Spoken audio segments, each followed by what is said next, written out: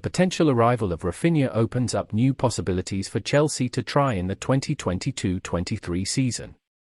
The likelihood of Chelsea's starting attack for the 2022-23 season looking different appears high as Todd Boehly has moved quickly to start assembling the rebuild Thomas Tuchel desires at Stamford Bridge. News of a deal being agreed for Leeds winger Raphinha sent shockwaves across the Twittersphere, mainly to shell-shocked Arsenal fans, who had assumed the Brazilian would be rocking up at London Coney, with his compatriot Gabriel Jesus looking highly likely to join the Gunners. In Raphinha, Tuchel is getting a pure wide player, an attacking maverick who is designed to get fans off their seats and hopefully add more invention to an area that was much maligned last season.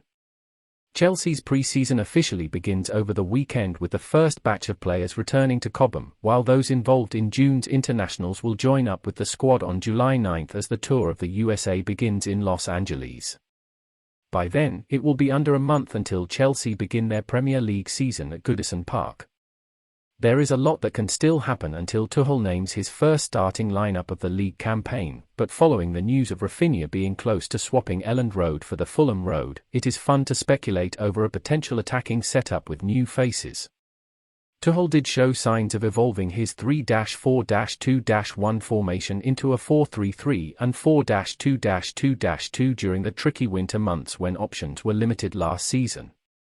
With the pursuit of wide attackers like Raphinha and Raheem Sterling, there may be some credence to the theory that Tuchel is looking to shift away from a three-man defence in a more concrete way.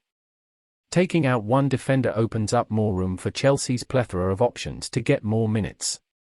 Within the current formation Tuchel has regularly gone with, you would expect only one of Raphinha or Sterling would make the cut, given Chelsea's player of the season for the last two seasons running, Mason Mount, has become an essential playmaker. Both Mount and Raphinha would likely be competing for the right-hand spot, while Sterling has mostly been used from the left for Manchester City and England.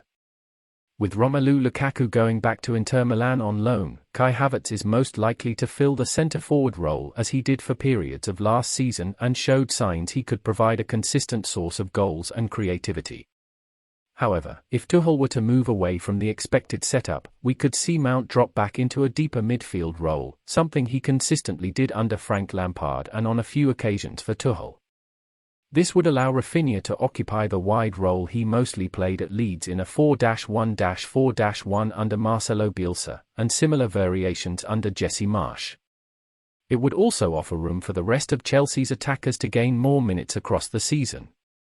At the moment it is hard to gauge which of the current Chelsea squad will still remain, with rumours swirling of Timo Werner, Christian Pulisic and Hakim Ziyech all departing.